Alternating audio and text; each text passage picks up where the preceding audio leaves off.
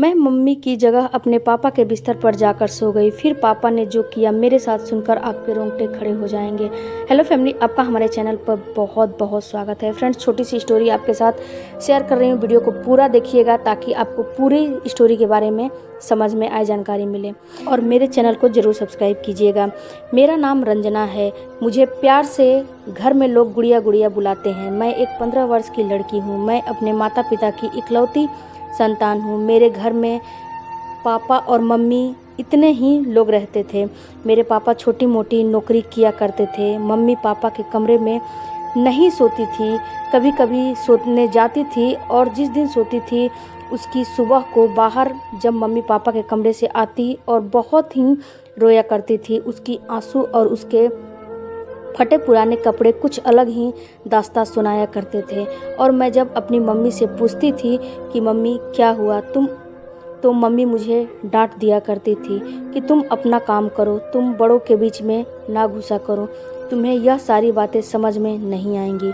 मैं पढ़ने में बहुत तेज़ थी। मुझे ऐसा लग रहा था कि मेरे पापा बहुत ही जालिम इंसान हैं, जो कि मेरी मम्मी के साथ बहुत सारे जुल्म करते हैं, जिससे कि मेरी मम्मी उनके कमरे से रोती और बिलखती हुई बाहर आती थी। और वह इतना परेशान रहती थी कि मुझे समझ में नहीं आता था। मैं इतना अब परेशान रहने लगी थी कि मेरे घर पे मुझे कुछ नहीं समझ में आता था कि मैं क्या करूं क्या ना करूं।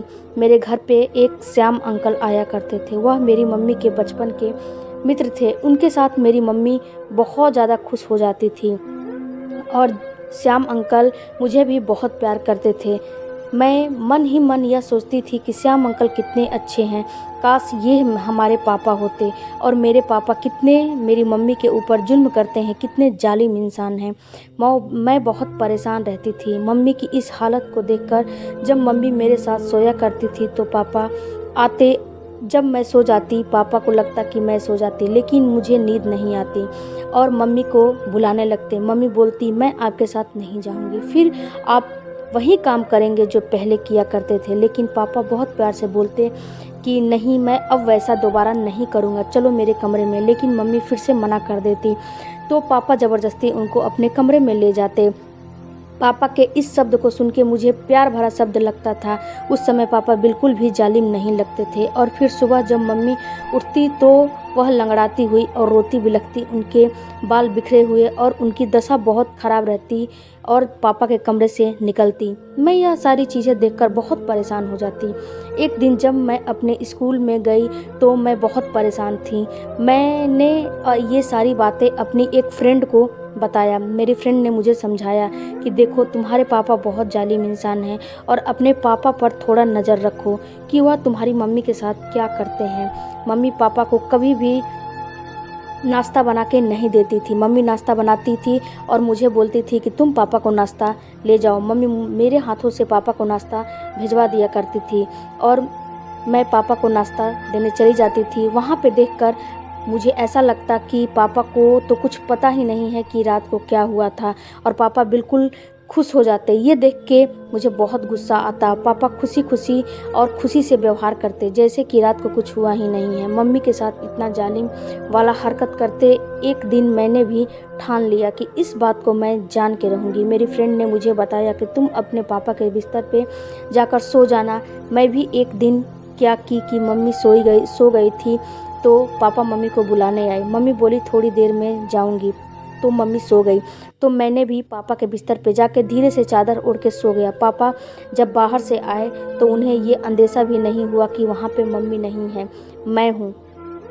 पापा की बातें सुनकर तो मैं बिल्कुल दंग रह गई। मेरे पैरों तले ज़मीन खिसक गए। पापा मेरे बालों पे हाथ फेरते हुए मेरे को समझा रहे थे कि देखो, श्याम बहुत बुरा है, वह तुम्हारे साथ एक बार धोखा कर चुका है, फिर भी मैंने तुम्हें माफ़ किया। उसे तुम पर भरोसा नहीं करना चाहिए तुम्हें उस पे, और वह घर आता जाता है, मुझे बिल्कुल अच्छा नहीं लगता है। मैं तुम्हें इस बात के लिए कई बार मना किया लेकिन तुम मानती नहीं हो। हमारी बेटी भी अब बड़ी हो रही है, धीरे धीरे इस बात को तुमको समझना पड़ेगा कि उसकी निगाहें बहुत गंदी है, वह बिल्कुल अच्छा इंसान नहीं है। हमारी बेटी को भी बिगाड़ के रख देगा और वह हमारी बेटी को इस्तेमाल करने लगेगा।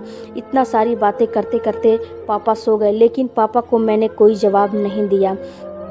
यह पता नहीं चला कि वहाँ पर मम्मी नहीं है, मैं हूँ। जब मैं सुबह उठी तो यह सारी बातें मेरे दिमाग में घूम रही थी कि पापा ने ऐसा क्यों बोला।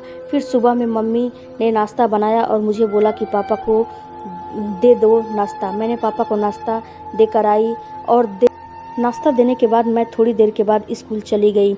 जब मैं स्कूल पहुंची तो यहाँ पर ये सारी बातें कहीं ना कहीं मुझे परेशान कर रही थी। मेरी क्लास टीचर पढ़ा रही थी, उसने एक स्टोरी सुनाया। उसने उस स्टोरी में मुझे समझाया कि जब तक पूरा सच नहीं जान लेना चाहिए तब तक किसी भी फैसले पर नहीं पहुंचना चाहिए। मैं भी यह फैसला कर लिया था कि मुझे पूरी की पूरी सच्चाई जाननी है। एक दिन पापा ड्यूटी चले गए थे और मम्मी और श्याम अंकल घर पे थे और मैं भी स्कूल जाने के बहाने घर से निकली, लेकिन मैं स्कूल नहीं गई। मैं थोड़ी देर बाद जब घर में आई और चुपके से देखा कि श्याम अंकल और मम्मी दोनों एक दूसरे से बातें कर रहे थे। ये सारी बातें सुनकर मेरे पैरों तले ज़मीन खिसक गई। मम्मी और श्याम अंकल दोनों लोग बातें कर रहे थे और हंस रहे थे कि गुड़िया के मन में उसके पापा के खिलाफ जहर तो मैंने घोल दिया है। गुड़िया अपने पापा से बहुत ज़्यादा नफरत करती है।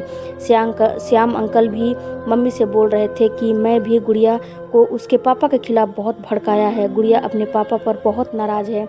मम्मी श्याम अंकल से बोल रही थी कि तुमने एक बार मुझे धोखा दे दिया है, लेकिन फिर तुम मुझे धोखा मत देना।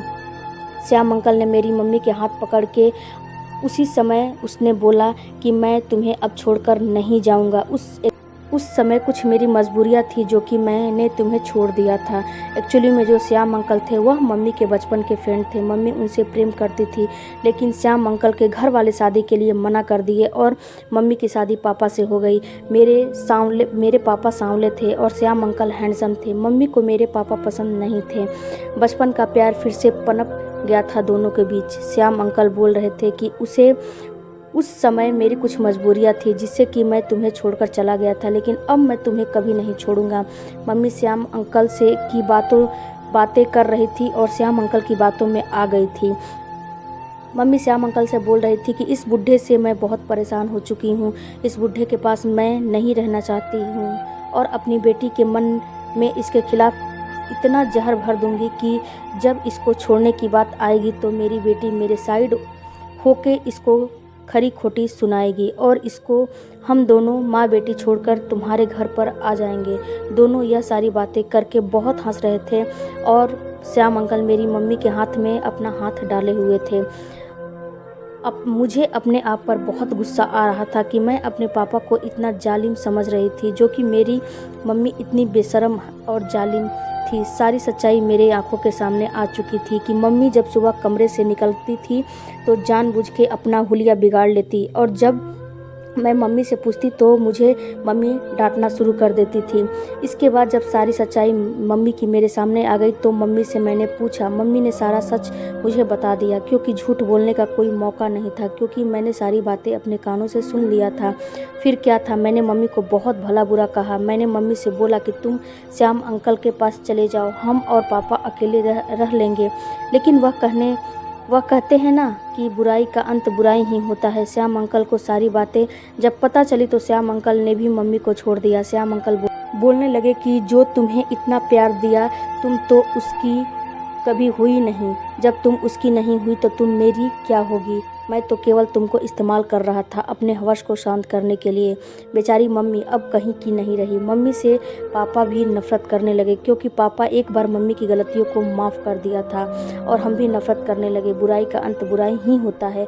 फ्रेंड्स, आप लोग बताइएगा कि इस कहानी का सार क्या था। इस कहानी का सार यही था कि कभी भी गलत रास्ते पे इंसान को नहीं चलना चाहिए जो कि आपको यूज कर रहा है। मिलते हैं अगले वीडियो में। Thank you for watching.